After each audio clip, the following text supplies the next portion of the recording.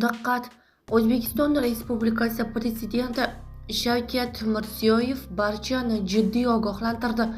Assalomu alaykum. Tezkor hamda muhim yangiliklarni o'tkazib yubormaslik uchun like hamda podpisatsiya tugmachalarini bosib qoldirishni unutmang.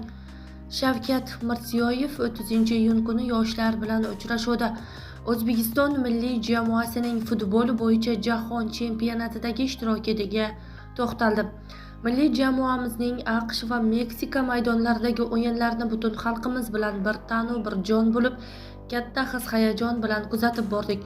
Futbolchilarimiz FIFA reytingida 5-o'rinda turgan Portugaliya, 13-o'rindagi Kolumbiya hamda ko'plab futbolchilari Yevropaning yetakchi klublarida to'p suradigan Kongo terma jamoalari bilan o'tkazilgan o'yinlar orqali o'ziga tajriba orttirdi.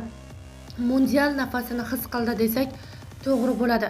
Abbos Fayzullayev va Eldor Shomurodov jahon chempionatidagi ilk gollarini kiritib, xalqimizga xursandchilik bag'ishladi, dedi Prezident. Davlat rahbari milliy terma jamoaning jahon chempionatidagi ishtiroki to'g'risida turli fikrlar bildirayotgani, lekin terma jamoamiz a'zolariga ortiqcha his-tuyg'u bilan e'tiroz bildirmaslik kerakligini aytdi. Vatanimiz sharafini himoya qilgan terma jamoamiz a'zolariga ortiqcha his-tuyg'u bilan e'tiroz bildirish, ulardan ayb qidirish xalqimizga xos ish emas, aksincha, bugun ularni qo'llab-quvvatlash, ruhini ko'tarish har qachongidan ham muhim, dedi Shavkat Mirziyoyev.